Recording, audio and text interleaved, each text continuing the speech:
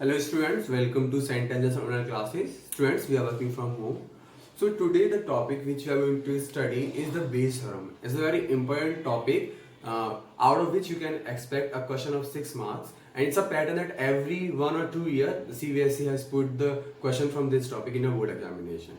Okay, so before we study the Bayes theorem, there are two topics which we should know. That the first one is the partition of a sample space and the theorem of total probability. When we have knowledge about these two topics, then we can understand Bayes theorem in a better way. So now let's start from the partition of a sample space. So the first topic is partition of a sample space. So suppose I have a sample space, like in the set when we use the universal set through the help of rectangular shape. So in a similar way, here we will represent the sample space through a rectangular space. This is our sample space. Okay, now I am taking n number of events which are the subsets of sample space. I have taken event E1, event E2, event E3, event E4, event E5, and dot up to event En. Okay, or to simplify that, if I have taken with my sample space, if I have taken event E1, event E2, and suppose event E3. Okay, now I have another sample space, that event E1, event E2,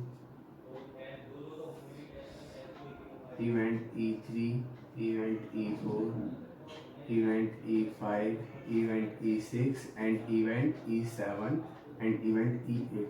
But suppose if I have another event E9, this is event E9, okay, and etc. Suppose here I have event E10. Now events are known as the partition of a sample space, but not all the events. Okay, so events which are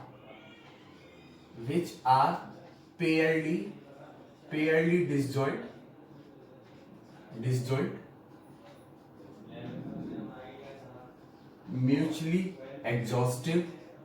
mutually exhaustive,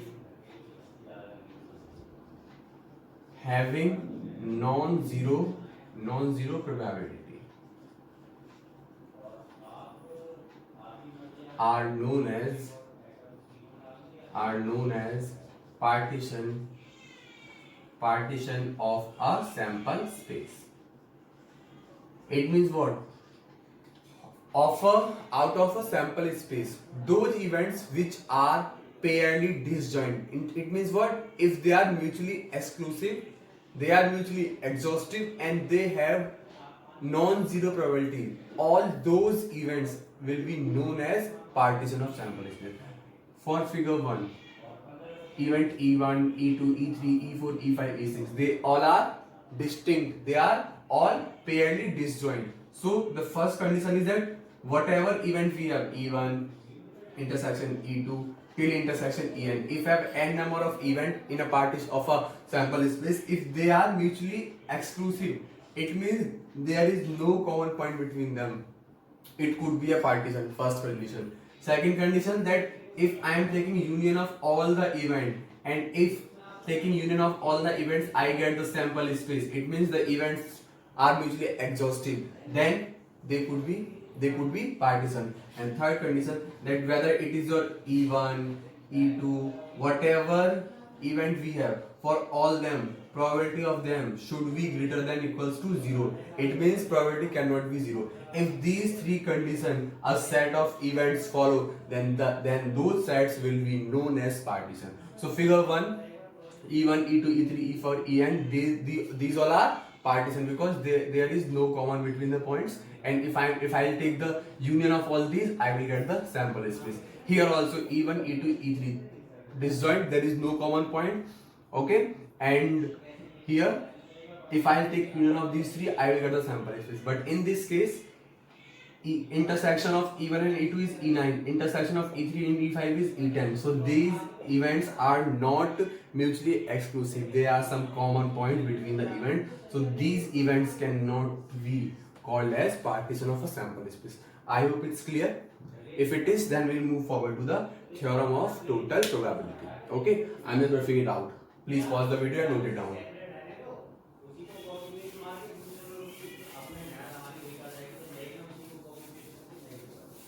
Now the next topic is theorem of total probability. Okay, suppose we have a partition.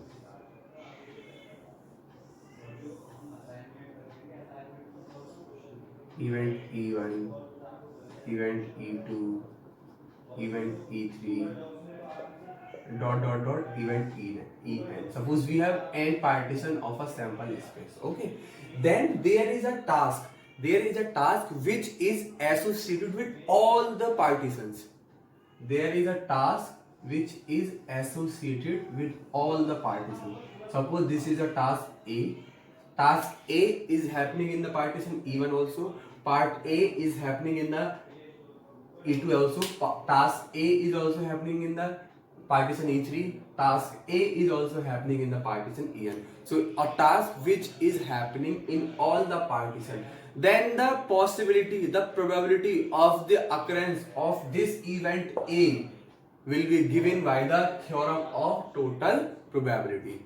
Finding the probability of such an event which is occurring in all the partitions will be solved through the help of theorem of total probability. And why is the name total probability? Because A is happening in partition E1 as well, E2 as well, in E3 as well, and so on till En. So I have to find the probability of A first in E1, then in E2, then in E3, and so on till En. Then I will add them. That's why the term total came out. Okay, so now, so there is only formula. We need not to make pressure on the derivation of that. That's not necessarily. We have to know the formula and how to use that. Okay, so the probability of event A, it would be given by, first of all we'll look into the event E1. So we have to choose event E1 first, then occurrence, the chances of event A in partition E1,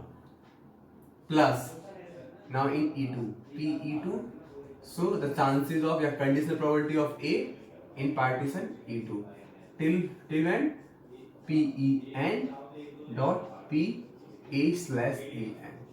It's very easy formula to learn. Okay, there is no need to memorize it.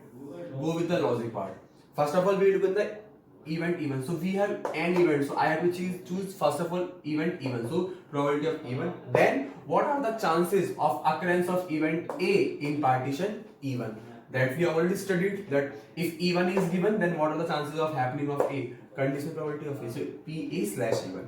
Similarly, E2 PE2 dot PA/E2 plus PE3 dot PA/E3 and up to PEN dot PA/En. Okay, I hope it's clear. Now we'll solve the question on the basis of the theorem of total probability. So please pause the video and note it down. Now look at this question. So in this question we have given that a person has undertaken a construction job. The probabilities are 0.65 that there will be a strike. So 65% are the chances that on the side there will be a strike. So now 80% are the chances that the work will be completed on time if there is no strike. If there is no strike, the probability of completing the task on time is 0.80, and if there is a strike, then completing the task on time is 0.32. Now the question is asking to determine the probability that the construction job will be completed on time.